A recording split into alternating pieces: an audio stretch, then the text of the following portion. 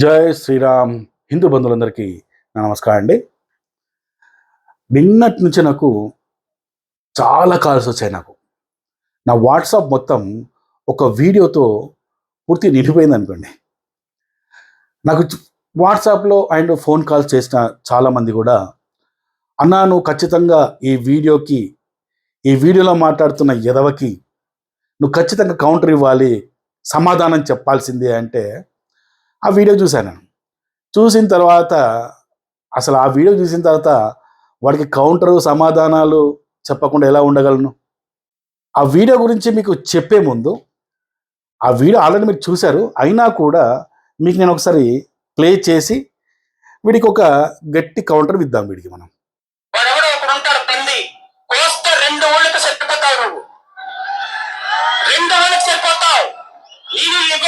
చెప్తున్నా, ప్రసాద్, అరే బిడ్డ, నువ్వు ఆంధ్రప్రదేశ్ రాష్ట్రంలో అడుగు పెట్టావా? మళ్ళీ నువ్వు ఆంధ్రప్రదేశ్ రాష్ట్రానికి రావటానికి రెండు కాళ్ళు ఉండవు, గుర్తుపెట్టుకోమని ఈ వేదిక నుంచి నేను తెలియజేస్తున్నా. వాడికి పోటీ పడేటువంటి ఇంకో పంది ఉంది ఇక్కడ. ఆ పంది పేరు రఘురామ కృష్ణం రాజు. ఈ వీడియో మీరు ఆల్రెడీ అందరు చూసే ఉంటారు. సోషల్ మీడియా మొత్తం చాలా వైరల్ అవుతుంది.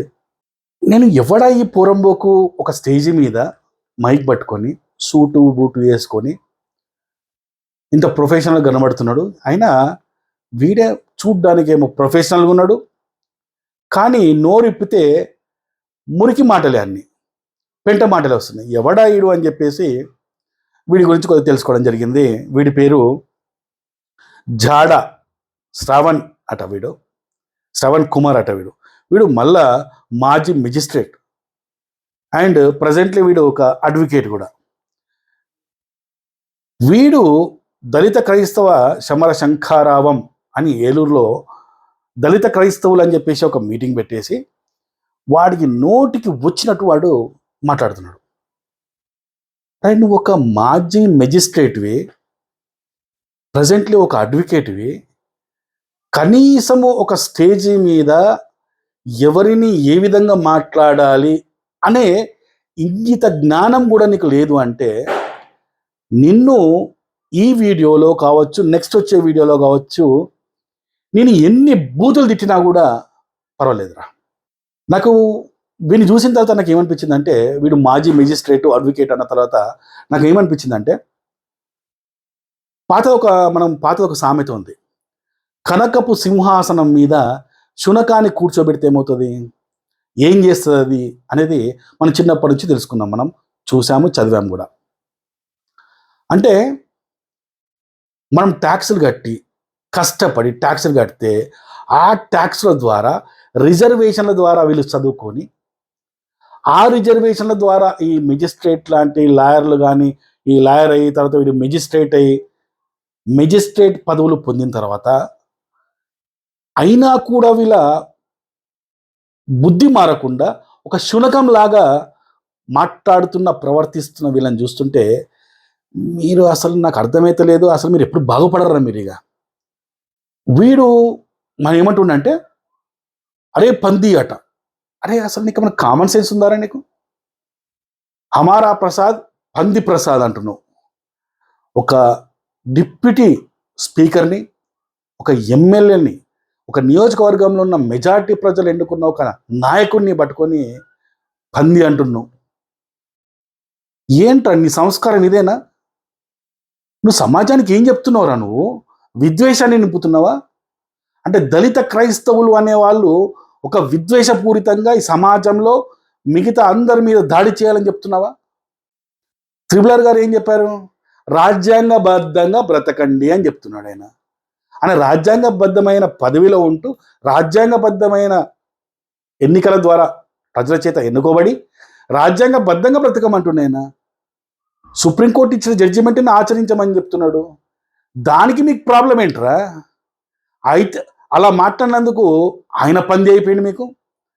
అంబేద్కర్ గురించి వాస్తవాల 75 సంవత్సరాలుగా మాకు చెప్పిన అబద్ధాలను మేము ఈరోజు నిజాన్ని బయటకు చెప్తుంటే నేను పందిగా కనబడుతున్నాను మీకు. అరే నువ్వేమన్నా పందుల వ్యాపారం చేసినావేంది ఇంతకుముందు ఏమన్నా? నువ్వు మీ అయ్యా మీ అందరు కలిసి మీ కుటుంబాలన్నీ పందుల వ్యాపారాలు చేసినాయేంది? ఆ పందుల వ్యాపారాలు చేస్తే ఏ పందినికి వస్తే ఎంతమందికి వస్తుంది, ఏ పందినికి వస్తే ఎన్ని ఊర్లకు వస్తుంది, ఏందిరా అది? లిల్లీ పుట్టుగా అసలు కామన్ సెన్స్ ఏమైనా ఉందరా, బుద్ధి జ్ఞానం ఉందరా నీకేమన్నా? ఈ వీడియో చూసిన తర్వాత నేను ఏం చేసిన అంటే వీడికి ఫోన్ చేయడం జరిగింది. నేను వీడి నంబర్ అటు ఇటు తెలుసుకున్నా. వీడి పార్టీ జై భీమ్ పార్టీ ఉంది కదా, ఆ పార్టీ ఆఫీస్లో ఉన్న మొబైల్ నెంబర్ కూడా కాల్ చేశా. ఆ అబ్బాయి వీడి నుంచి పారిపోయినాడట. ఒక 4 months 2 months ఏమవుతుందట. సార్ నేను ఆయనతో నాకు సంబంధం లేదు అని చెప్పిండు నాకు.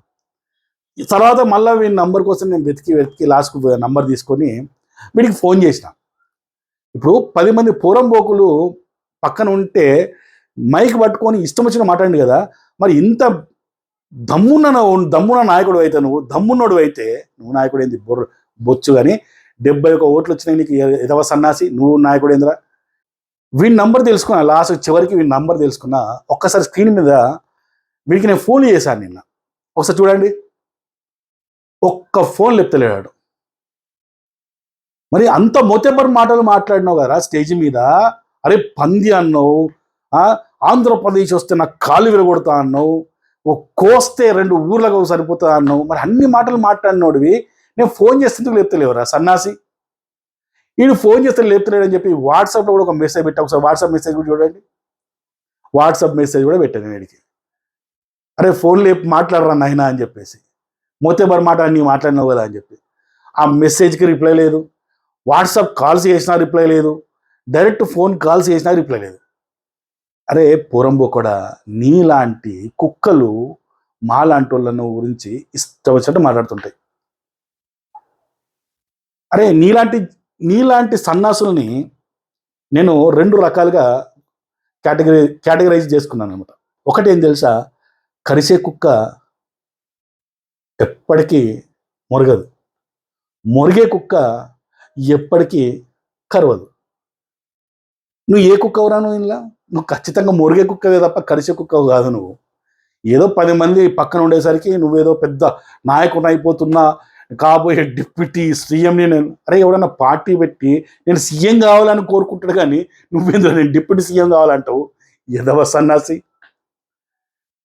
2024 ఎన్నికల్లో నువ్వు నిలబడ్డావు కదరా, నీకు ఎన్ని ఓట్లు వచ్చినాయిరా? నీకు దిక్కు మాలినోడా, నీకు 71 ఓట్లు వచ్చినాయి. నువ్వు ఎట్లయితారో డిప్యూటీ సీఎం నువ్వు? అరే నువ్వు సర్పంచ్ గెలరా ఫస్ట్, బుర్రలేని అడ్డగాడిదా. అరే నువ్వు తిట్టాలంటే నాకే మంచి అనిపిస్తలేదురా. ఆంధ్రప్రదేశ్లో వస్తే నాకు ఖాళీర కొడతావా, నన్ను కోస్తావా? సరే నేను రెగ్యులర్గా ఆంధ్రప్రదేశ్ వస్తుంటా పోతుంటా, ఏదో జిల్లాకు వస్తుంటా, ఏదో జిల్లాలో వెళ్తుంటా, ప్రయాణం చేస్తుంటా, వెళ్ళిపోతుంటా, వచ్చేస్తుంటా. కాబట్టి నా సమాచారం నేను ఏ జిల్లాకు వచ్చినా ఎప్పుడు వచ్చినా ఆడ ఎంతసేపు ఉంటా, ఈ సమాచారం తెలుసుకొని నా దగ్గరికి వచ్చేసరికి ఇదంతా ఒక పెద్ద ప్రాసెస్. అంత కష్టపడ్డాం ఎందుకులే కానీ ఒక పని చేద్దాంరా. ఒక 2-3 రోజుల తర్వాత, నేను ఈరోజే బాంబే నుంచి వచ్చాను, రిలాక్స్ అవుతాను 2 రోజులు. ఒక 2-3 రోజుల్లో ఈ వీడియో ద్వారా నీకు ఒక డేట్ ప్రకటిస్తారా, నీకు పలానా డేట్ రోజు పలానా టైంకి విజయవాడలో ఉన్న నీ ఆఫీస్కి వస్తున్నా అని చెప్పేసి. లేకపోతే నువ్వు ఎక్కడుంటే అక్కడ రా, నువ్వు ఏడు ఉంటా అంటే ఆడికి నేను వస్తారా. నా కొడక, నువ్వు గనక నా 2 కాళ్ళు విరగొట్టలేదనుకో, నన్ను కోసి 2 ఊర్లకు గనక నువ్వు పంచలేదనుకో బిడ్డ, నువ్వు కొజ్జగాడివేరా, నువ్వు కొజ్జ నా కొడుకు వేరాను. అరే దళిత్ అంటున్నావు, దొంగ నా కొడుకులారా. మీరు కల్తీగలరా? మీరు మతం మారిన తర్వాత నువ్వు దళితుడివే కాదు, నువ్వు రాజ్యాంగం ప్రకారం పొద్దున్న లేవగానే జై భీమ్ జై భీమ్, జై అంబేద్కర్, జై రాజ్యాంగం అంటారు కదరా. మరి ఆ రాజ్యాంగం చెప్పిందిరా దళిత క్రైస్తవులు అనేది పదమే లేదురా గాడిద. ఎప్పుడైతే నువ్వు మతం మారి క్రైస్తవ మతంలో పోతావో నువ్వు అసలు దళితుడిదే కాదురా, అడ్డగాడిద. దళిత క్రైస్తవులు ఎడికి వచ్చిందిరా సన్నాసి, బుద్ధి ఉందారా నీకేమన్నా? మెజిస్ట్రేట్, మాజీ మెజిస్ట్రేట్, అసలు ఆ మెజిస్ట్రేట్ అనే పదానికి ఉన్న గొప్పతనాన్ని నాశనం చేస్తున్నావురా నువ్వు. అసలు మెజిస్ట్రేట్ అంటే మాకు ఎంత రెస్పెక్ట్ఫుల్గా ఉంటుంది తెలుసా ఆ పదము. ఆ పదానికి ఉన్న విలువను తగ్గిస్తున్నారా కొజ్జనా కొడక. ఏంద్రా మాటలవి. అసలు ఆంధ్రప్రదేశ్లో ప్రభుత్వం ఉందా? డిప్యూటీ స్పీకర్ని రాజ్యాంగబద్ధంగా బ్రతకమని చెప్తున్న డిప్యూటీ స్పీకర్ మీద ఇంత వల్గర్గా మాట్లాడుతున్నాడు. ఒక డిప్యూటీ సీఎం పవన్ కళ్యాణ్ గారి గురించి ఇంత దరిద్రంగా మాట్లాడుతున్నారు. అయినా కూడా ఆంధ్రప్రదేశ్ ప్రభుత్వం లేదా? పోలీసులు పనిచేస్తలేరా? అరే నాకు అర్థమైతలేదు. పవన్ కళ్యాణ్ గారు నేను హిందువును అని చెప్పుకున్నాడు. అందులో మీకేమన్నా వస్తుందిరా మీకు? ఇప్పుడు నువ్వు చెప్పుట్లేవా నేను క్రైస్తవుని ఆ యెహోవా అని చెప్పుకుంటలేవరా స్టేజ్ మీద? ఒక ముస్లిం ఆయన ముస్లిం అని చెప్పుకుంటాడు, ఆయన ఒక హిందువుగా చెప్పుకుంటాడు. మీ గుద్దకేమన్నా వస్తుందిరా? అంటే మీరందరూ మతాలు చెప్పుకోవచ్చు, మీ దేవుళ్ళు చెప్పుకోవచ్చు, కానీ హిందువుల మతం సెక్యులర్ లాగా ఉండాలా? అది ఏంట్రా అసలు నువ్వు అసలు. అరే నువ్వు ఇంత ఒక పోరంబోకోని రోడ్డు మీద ఆంధ్రప్రదేశ్ రోడ్ల మీద ఇంత విచ్చలవిడిగా వదిలిపెట్టి పోలీసులు ఏం చేస్తున్నారు, అక్కడ ఉన్న ప్రభుత్వం ఏం చేస్తున్నది? ఆంధ్రప్రదేశ్ ఏమన్నా నీ అయ్య జాగిరారా? నీ అమ్మ జాగిరా? లేకుంటే నీ అమ్మ మిన్నెట్ జాగిరారా? అది ఆంధ్రప్రదేశ్ అంటే నాకు కొడక వస్తా, నీ దగ్గరికే వస్తారా నాకు కొడక. నీ దగ్గరికి వస్తా, ఏం పీకుతావు పీకు. అరే కల్తీ నా కొడుక, నువ్వు కల్తీ నువ్వు దళితుడు కాదు, నువ్వు కల్తీ కలివి. ఒకవేళ దళితుడు అని అంటే నువ్వు కల్తీ దళితుడివి. నువ్వు నిజమైన హిందూ దళితుని నేను, రాజ్యాంగం చెప్పిన దళితుని నేను. నాకుంటే రా హక్కులు, ఆ రాజ్యాంగంలో నీకు ఎలాంటి హక్కులు లేవు. నీకు నువ్వు క్రైస్తవుడుగా ఉంటే క్రైస్తవుడు హక్కులు మాత్రమే. నీ సిగ్గు శరం లేదురా? మా ముష్టిని తినడానికి పోరాటాలు చేస్తున్నావు. ఏమిందిరా ఇది? దళిత క్రైస్తవ సమర శంఖారావం. దళిత క్రైస్తవ అనే పదం రాజ్యాంగం ఉందారా? ఏమన్నారా? సమరమా? ఎవరి మీద సమరం రా? రాజ్యాంగం మీద సమరమా? అంబేద్కర్ మీద సమరమా? లేకుంటే రాజ్యాంగం రాసిన 299 మీద సమరమా? ఎవరి మీదరా మీ సమరము? దిక్కుమాలినోడా. ఏంది శంఖారావమా? శంఖారావం పేరు ఎందుకు పెట్టుకున్నారా? మొన్న కూడా ఏదో ఫోటో, ఇప్పుడు నిన్న నీ గురించి చూస్తున్నప్పుడు ఏదో ఫోటో చూసా, శంఖాన్ని ఊదుతున్నట్టు ఏదో ఫోటో చూసా. ఆ శంఖం కూడా రివర్స్ పెట్టుకొని ఊదుతున్నట్టు ఒక ఫోటో చూసా. అరే నీకు అయినా మీరు పెట్టుకోవాల్సింది శంఖారావం కాదురా. పెట్టుకోవాల్సింది మీరు పెట్టుకుంటే దళిత క్రైస్తవ సమర అని పెట్టుకుంటే పెట్టుకో. తర్వాత శంఖారావం కాదు పెట్టుకోవాల్సింది. చెక్కల కోసం మా సమరం, మేకుల కోసం మా సమరం అని పెట్టుకోవాలరా మీరు. ఈ అమ్మ బుర్రలేని అడ్డగాడిద. నీ అమ్మని తిట్టాలంటే కూడా నాకు నోరు వస్తలేదురా నాకు. అరే నేను అంబేద్కర్ గురించి మాట్లాడుతున్న మాటలు ఏవైతే ఉన్నాయో పేజ్ నెంబర్తో సహా చెప్తున్నా. ప్రతిదీ కూడా పేజ్ నెంబర్తో సహా చెప్తున్నా. నీకేదైనా ఇబ్బంది ఉంటే మాట్లాడాలా, చర్చలు చేయాలా, డిబేట్లు చేయాలా. నీకేం తెలుసురా? నీకు ఇది స్టేజీ మీద ఒక కథ చెప్పిండు. ఏం కథ ఏంటది అంటే, రాజ్యాంగం స్వతంత్రం కావాలి, మాకు రాజ్యాంగం కావాలన్నప్పుడు అసలు మీకు రాజ్యాంగ పుస్తకమే లేదని బ్రిటిష్ అన్నాడు. బ్రిటిష్ వాడు మన నాయకులతో అన్నారట. ఎట్లుంటుందిరా మాకు? అంతకుముందు 800 సంవత్సరాలు తుర్కుడే పరిపాలించే, తర్వాత బ్రిటిష్ వాడు పరిపాలిస్తున్నాడు. మేము స్వయంగా ఇంకా పరిపాలించుకోలేదు కదా. ఇంకా స్వతంత్రం అనేది మా దేశానికి రాలేదు, ఇంకా మేము స్వయంగా పరిపాలించుకోలేదు. రాజ్యాంగం ఎలా వస్తుంది మాకు? మీకు రాజ్యాంగం అనే పుస్తకమే లేదు, మీరు పరిపాలించుకోవడమే మీకు శాత కాదు అని చెప్పేసి మాటలు అంటే, మీకు రాజ్యాంగం లేదు అని చెప్తున్నప్పుడు అందరు సైలెంట్గా ఉంటున్నట. ఒక చేతిలో లేచిందట పైకి. ఆ చేతిలో లేపింది ఎవరు అంటే డాక్టర్ అంబేద్కర్ అట. అది ఎక్కడుందిరా ఇదంతా? ఎక్కడుందిరా? ఈ దేశానికి స్వాతంత్రం వద్దన్నవాడు అంబేద్కర్. ఈ దేశానికి రాజ్యాంగం వద్దన్నవాడు అంబేద్కర్. ఈ దేశం అసలు ప్రజాస్వామ్యానికి పనికిరాదు అన్నవాడు అంబేద్కర్. ఇలాంటి మాటలు అన్న వ్యక్తిని పట్టుకొని రాజ్యాంగాన్ని రాసిన అంబేద్కర్ అంటారేంద్రా? అసలు అంబేద్కర్కు ఉన్న అర్హత ఏంట్రా? 10th క్లాసు 3rd క్లాస్లో పాస్, ఇంటర్మీడియట్ ఫెయిల్, మళ్ళీ సప్లిమెంట్ రాసి పాస్ అయ్యిండు, degree 3rd class, PG 3rd class, ఈ పిహెచ్డి మామూలుగా రెగ్యులర్గా వచ్చింది. ఇంతే కదరా. ఇంకా ఈయనకంటే బాబు జగ్జీవనరావు గొప్పడు కదరా. నేను మాల అయినప్పటికీ నేను బాబు జగ్జీవన్ చాలా గ్రేట్గా చూస్తాను నేను. బాబు జగ్జీవన్ రావు ఎస్ఎస్సిలో టెన్త్ క్లాస్లోనే స్కూల్ టాపర్, ఇంటర్మీడియట్లో టాపర్, డిగ్రీలో టాపర్, టాప్ మార్క్స్ వచ్చినాయి ఆయనకి. టాప్ మార్క్ వచ్చినాయనేమో ఎవడు పట్టించుకోడు. ఈయన కూడా రాజ్యాంగ రచన వాడుకున్నాడు కదా, జగ్జీవన్ రామ్ కూడా రాజ్యాంగ రచనలు ఉన్నారు కదా.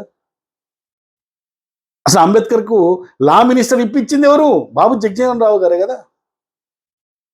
అరే ఇన్ని విషయాలు మాకు అన్ని దాచేసి అంబేద్కర్ని ఏ తురుంకానో, లేకుంటే ఏ సూపర్ హీరోనో, లేకుంటే ఏ మెగాస్టారో, లేకపోతే ప్రపంచ మేధావో, థర్డ్ క్లాస్ పాస్ అయిన వ్యక్తి ప్రపంచ మేధావిలా అవుతాడరా? నాకు ఇప్పటికీ అర్థం కాని ప్రశ్న. నీకు నిజంగా దమ్ము ధైర్యం ఉంటే నేను అడుగుతున్న ఈ ప్రశ్నలకి సమాధానాలు చెప్పండిరా. అంతేగాని సమాధానాలు చెప్పకుండా హమారా ప్రసాద్, పంది ప్రసాద్ అని చెప్పేసి, పంది నా కొడుకు అని చెప్పేసి కోస్తాం. మేము ఎలాంటి పనులు ఏంరా, మేము రాజ్యాంగబద్ధంగా మాట్లాడతాం. మీరు రాముడిని విమర్శిస్తే అది హక్కు, కృష్ణుడిని విమర్శిస్తే హక్కు, మా కల్చర్ని, మా పండుగలను విమర్శిస్తే అదో మీకు హక్కు, మా గ్రంథాలను విమర్శిస్తే మీకు హక్కు, మా శ్లోకాలను విమర్శిస్తే అదొక మీకు హక్కు. కానీ మేము అంబేద్కర్ని ప్రశ్నిస్తే మేము మత ఉన్మాదులమా? ఎలా అవుతాంరా? నీకు ప్రశ్నించే హక్కు నీకున్నప్పుడు ప్రశ్నించే హక్కు నాకు కూడా ఉంటుంది కదా. సన్నాసులరా. సరే ఇవన్నీ కాదు కానీ నీ ఛాలెంజ్ నేను స్వీకరిస్తున్నారా. ఆంధ్రప్రదేశ్ 2-3 రోజులు ఒక రెస్ట్ తీసుకొని నేను ఇదే వీడియో ద్వారా మళ్ళీ నేను వస్తా, నీ డేట్ ప్రకటిస్తున్నా, నీ దగ్గరికి వస్తా, మ్యాక్సిమం నీ ఆఫీస్కి రావడానికి ప్రయత్నిస్తా. సో ఆ రోజు కనుక నువ్వు నా కాళ్ళు విరగొట్టకపోతే నువ్వు కొజ్జాగాడివే. ఆ రోజు నన్ను కోసి 2 ఊర్లకు పంచకపోతే నువ్వు కొజ్జా నా కొడుకువే. అరే జడ శ్రవణ్, కొజ్జా నా కొడుకు అవుతావు నువ్వు, నా కొడక. దమ్మేందో నేను చూపిస్తా. నిజమైన హిందూ దళితుడు, రాజ్యాంగంలో ఉన్న హిందూ దళితుడు దమ్మేందో నేను చూపిస్తా. ఈ దేశం నాదిరా. నా దేశంలో ఏ రాష్ట్రానికైనా పోతా, ఏ రాష్ట్రంలోనే ఉంటా. వద్దని చెప్పడానికి నువ్వు రక్కు బోకు నా కొడక. అరే నీకు ఇంకొకటి రా, నిజంగా నువ్వు మొగాడివైతే, నీ కన్న బిడ్డలకి నిజంగా నువ్వే తండ్రి అయితే నేనే ఒక ఛాలెంజ్ చేస్తున్నాను. నా ఛాలెంజ్ని యాక్సెప్ట్ చేయరా. నీ ఛాలెంజ్ నేను యాక్సెప్ట్ చేసినా 2-3 రోజులు వచ్చేస్తున్నారా నీ దగ్గరికి. నేను కూడా ఒక ఛాలెంజ్ చేస్తున్నా 2-3 రోజుల్లో. ఆ ఛాలెంజ్ని యాక్సెప్ట్ చేయరా. నువ్వు మతం మారి నేను క్రైస్తవ మతంలోకి వెళ్ళాను, నేను క్రైస్తవ మతాన్ని, నువ్వు ఆ క్రైస్తవ మతాన్ని ఆచరిస్తున్నావు అని, నేను క్రైస్తవుడిగా బ్రతుకుతున్నానని చెప్పేసి దమ్ము ఉంటే ఒక వీడియో పెట్టరా నా కొడక. నీ ఊర్లో కూర్చొని, నీ జిల్లాలో కూర్చొని, నీ మండలంలో కూర్చొని, నీ ఎంఆర్ఓ ఆఫీస్లో కూర్చొని, నా కొడక నీకు బీసీసీ సర్టిఫికేట్ ఇవ్వకపోతే నీ అమ్మాయి నువ్వు ఏం చేస్తావు చేయరా. ఉందా దమ్ము నీకు? రే 2-3 రోజుల్లో నీకు నేను వీడియో ద్వారా నేను వచ్చే డేట్ ప్రకటిస్తున్నా. Thank you. జై శ్రీరామ్.